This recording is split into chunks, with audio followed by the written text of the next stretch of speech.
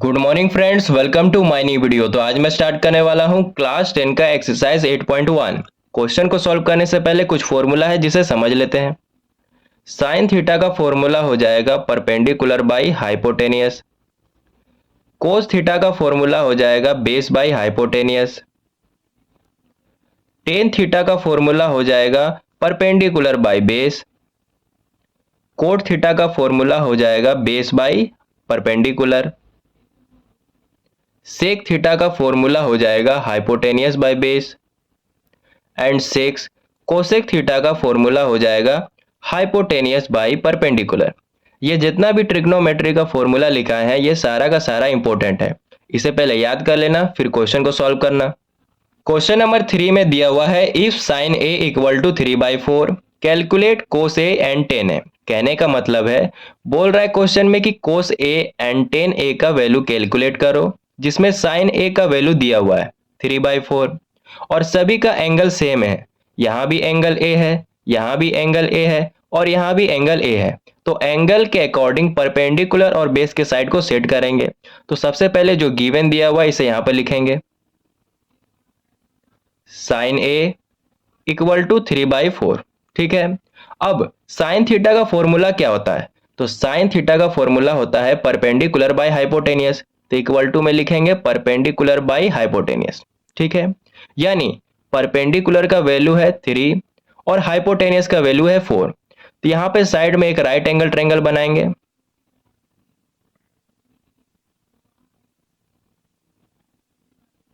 इसे ए मानेंगे, इसे बी और इसे सी। बी पॉइंट में 90 डिग्री का एंगल बनाएंगे। तो ये मेरा बन गया है राइट एंगल ट्रायंगल। अब एंगल के अकॉर्डिंग परपेंडिकुलर और बेस के साइड को सेट करेंगे। एंगल ए दिया हुआ है तो एंगल ए यहां पे है। एंगल का अपोजिट साइड परपेंडिकुलर बन जाएगा, यानी ये वाला, और एंगल का सेम साइड बेस बन जाएगा और ये वाला साइड हाइपोटेनियस रहेगा। ठीक है। परपेंडिकुलर का वैल्यू दिया हुआ है 3 तो यहाँ पे 3 लिखेंगे। हाइपोटेनियस का वैल्यू दिया हुआ है 4 तो यहाँ पे 4 लिखेंगे। लेकिन बेस का वैल्यू नहीं मालूम, तो बेस का वैल्यू निकालने के लिए एक फॉर्मूला होता है, वो यहाँ पे लिखेंगे हाइपोटेनियस का स्क्वायर इक्वल टू परपेंडिकुलर का स्क्वायर प्लस बेस का स्क्वायर। ठीक है। हाइपोटेनियस का स्क्वायर दिया हुआ है तो हाइपोटेनियस का वैल्यू है 4 तो 4 का स्क्वायर हो जाएगा इक्वल टू परपेंडिकुलर का स्क्वायर दिया हुआ है तो परपेंडिकुलर का वैल्यू है 3 तो यहाँ पे 3 का स्क्वायर हो जाएगा प्लस बेस का स्क्वायर दिया हुआ है तो बेस का भी वैल्यू मालूम नहीं है तो इसे यहाँ पर सेम लिखेंगे। अब 4 का स्क्वायर हो जाएगा 16 इक्वल टू 3 का स्क्वायर हो जाएगा 9 प्लस बेस का स्क्वायर।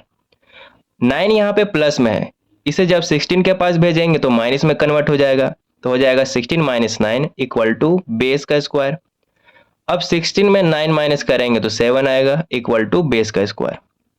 यहाँ पे बेस का स्क्वायर दिया हुआ है, यानी यहाँ पे बेस 2 है, हमें सिर्फ एक ही बेस का वैल्यू निकालना है, तो दोनों साइड स्क्वायर रूट लगा देंगे।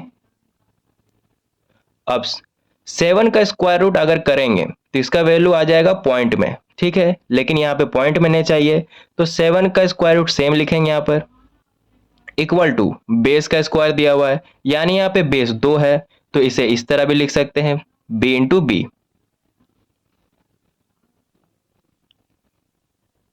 स्क्वायर रूट 7 इक्वल टू, जब इस स्क्वायर रूट को हटाएंगे तो अंदर जो दो सेम बेस है, बाहर सिर्फ एक ही बेस निकलेगा। ठीक है, तो बेस का कितना वैल्यू आ गया √7, तो यहाँ पे √7 लिख देंगे। अब परपेंडिकुलर का भी वैल्यू मालूम है, बेस का भी और हाइपोटेनियस का। ठीक है, तो कोस ए और टेन ए का वैल्यू कैलकुलेट करेंगे। तो सबसे पहले कोस ए का वैल्यू कैलकुलेट करेंगे। यहाँ पर कोस थीटा का फॉर्मूला क्या होता है? कोस थीटा का फॉर्मूला हो जाएगा बेस बाई हाइपोटेनियस। तो यहां पर लिखेंगे बेस बाई हाइपोटेनियस। बेस यहां पे है और हाइपोटेनियस यहां पे है, तो बेस के जगह लिखेंगे √7 बाई हाइपोटेनियस के जगह लिखेंगे 4। तो कोस ए का भी वैल्यू आ गया। अब टेन ए का वैल्यू निकालेंगे, तो यहां पे लिखेंगे टेन ए। टेन थीटा का फॉर्मूला क्या होगा? टेन थीटा का फॉर्मूला हो जाएगा परपेंडिकुलर बाय बेस। तो यहां पे लिखेंगे परपेंडिकुलर बाय बेस। परपेंडिकुलर यहां पे है और बेस यहां पे है, तो परपेंडिकुलर के जगह 3 लिखेंगे, बाई बेस के जगह √7 लिखेंगे। तो इसी तरह टेन ए का भी वैल्यू आ गया। क्वेश्चन नंबर 4 में बोल रहा है कि साइन ए एंड सेक ए का वैल्यू फाइंड करो, जिसमें गिवन दिया हुआ है 15 कोट ए इक्वल टू 8 और सभी का एंगल सेम दिया हुआ है। यहां भी एंगल ए है, यहां भी एंगल ए है और यहां भी एंगल ए है। तो एंगल के अकॉर्डिंग परपेंडिकुलर और बेस के साइड को सेट करेंगे। तो सबसे पहले जो गिवन दिया हुआ है इसे यहां पर लिखेंगे। देखो यहाँ पे 15 कोट ए दिया हुआ है, यानी यहाँ पे ये मल्टीप्लाई में है, तो इसे इस तरह भी लिख सकते हैं 15 मल्टीप्लाई कोट ए और इक्वल टू में 8 को लिखेंगे। 15 यहाँ पे मल्टीप्लाई में है, इसे जब इस साइड भेजेंगे तो डिवाइड में कन्वर्ट हो जाएगा, तो हो जाएगा कोट ए इक्वल टू 8/15। अब कोट थीटा का फॉर्मूला क्या होता है? कोट थीटा का फॉर्मूला हो जाएगा बेस बाय परपेंडिकुलर, तो इक्वल टू में लिखेंगे बेस बाय परपेंडिकुलर, यानी बेस का वैल्यू दिया हुआ है 8 और परपेंडिकुलर का वैल्यू दिया हुआ है 15। तो साइड में एक राइट एंगल ट्रायंगल बना लेंगे।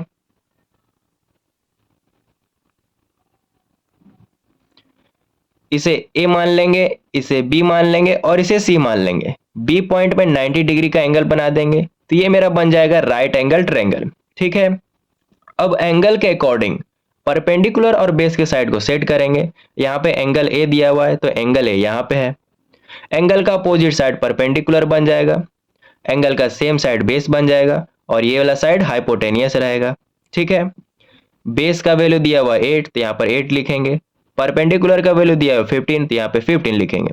और हाइपोटेनियस का यहाँ पे वैल्यू हमें नहीं मालूम, तो हाइपोटेनियस का वैल्यू निकालने के लिए इसका फॉर्मूला हो जाएगा हाइपोटेनियस का स्क्वायर इक्वल टू परपेंडिकुलर का स्क्वायर प्लस बेस का स्क्वायर।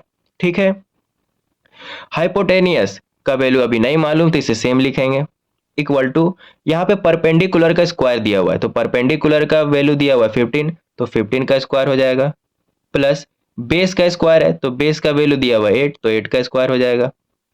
हाइपोटेनियस का स्क्वायर लिखेंगे, 15 का स्क्वायर हो जाएगा 225 प्लस 8 का स्क्वायर हो जाएगा 64। अब इसे जब ऐड करेंगे तो हो जाएगा 289, साइड में ऐड कर लेना। यहाँ पे हाइपोटेनियस का स्क्वायर दिया हुआ है, तो दोनों साइड स्क्वायर रूट लगा देंगे। अब जब यहां से स्क्वायर रूट हटाएंगे तो अंदर जो h का स्क्वायर दिया हुआ है बाहर सिर्फ h लिखाएगा इक्वल टू 289 का स्क्वायर रूट 17 हो जाएगा। तो h का कितना वैल्यू आया 17, तो यहाँ पे 17 लिख देंगे। तो परपेंडिकुलर का भी वैल्यू मालूम है, बेस का भी वैल्यू मालूम है और हाइपोटेनियस का भी वैल्यू मालूम है। तो अब क्या करेंगे, साइन ए एंड सेक ए का वैल्यू फाइंड करेंगे। तो यहाँ पे लिखेंगे साइन ए। साइन थीटा का फॉर्मूला हो जाएगा परपेंडिकुलर बाई हाइपोटेनियस। परपेंडिकुलर यहाँ पे है और हाइपोटेनियस यहाँ पे है, तो परपेंडिकुलर के जगह 15 लिखेंगे, बाई हाइपोटेनियस का जगह 17 लिखेंगे। तो साइन ए का वैल्यू आ गया। अब सेक ए का वैल्यू निकालेंगे। सेक थीटा का फॉर्मूला हो जाएगा hypotenuse by perpendicular, hypotenuse by base. ठीक है, तो हाइपोटेनियस यहाँ पे है और बेस यहाँ पे, तो हाइपोटेनियस का जगह 17 रखेंगे, बाई बेस के जगह 8 रखेंगे। ठीक है, तो सेक ए का भी वैल्यू आ गया। तो इसी तरह क्वेश्चन नंबर 4 भी सॉल्व हो गया।